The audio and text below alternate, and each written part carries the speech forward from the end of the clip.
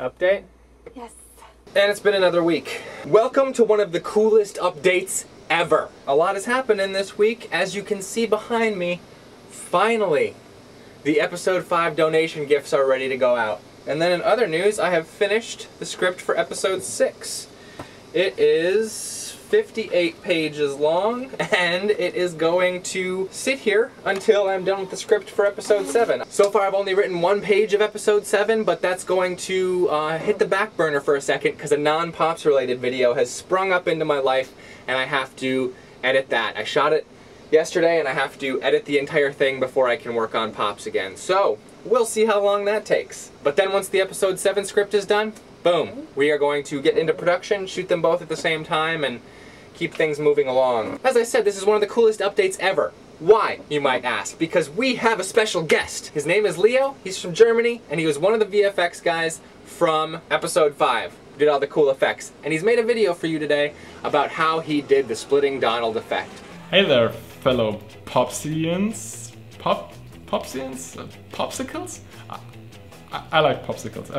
Hi, I'm Leonard, and I'm responsible for some of the effects you saw in episode 5 of the Platoon of Power Squadron, which was freaking amazing, don't you agree? I was a part of it, I saw part of the project, and still, when I saw the final cut, it just blew me the f away. So yeah, let's dive right into it.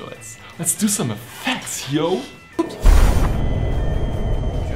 I modeled a 3D version of Crack, a really rough model. Most of the detail comes from the footage. And then I made his body and face move in 3D to follow the footage and projected the footage onto him. So that once we removed the animation and once we baked out that texture, we had all of his inflections, all of his movements directly in 3D, and we could do whatever we wanted with it.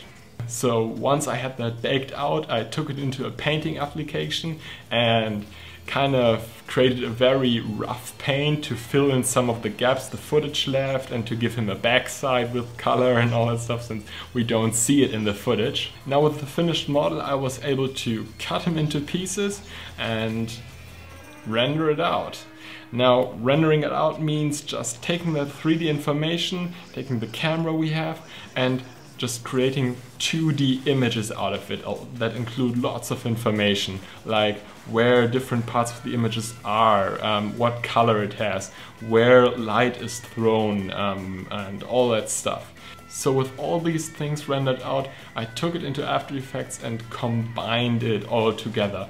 Our lovely background, a crack, some light bounce, a little bit of motion blur, shadows on the wall, glow, some light on the background, more glow, a Jonas, and some final color correction and reframing. Bam!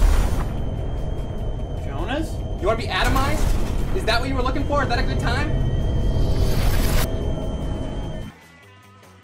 So yeah, that's the process of creating such a shot. It's a lot of work for just a few seconds on screen, but I was really happy to be involved in this project and to give Jonas's power that weight, to make it look that insane. Almost all of you said how amazing the effects were, and I really appreciated that. It has made me really quite pumped for episode 6 and 7, and believe me, Jake has some pretty sick stuff lined up for you, so I can't wait to get started on it, and I can't wait to do another one of these for you. So see you soon, I guess, and TBA.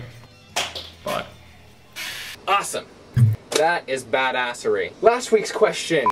What celebrity would you like to see in episode 6 of PoPS? Not surprisingly, these were mostly YouTube celebrities. Charlie McDonnell, John and Hank Green, although Hank was in episode 4, so his character is already canon. Dexter Bones, and then Tobuscus. The non-YouTube celebrities, the celebrity that was voted for the most was Neil Patrick Harris, Doogie Howser himself, and I know he's on that other show. What's that show called? Mother. How I Met Your Mother. Thanks, Beebs. But I've never seen one episode of that, although I want to. The other celebrities that were brought up were David Tennant, Robert Downey Jr. and Nathan Fillion. All very good guest stars to have.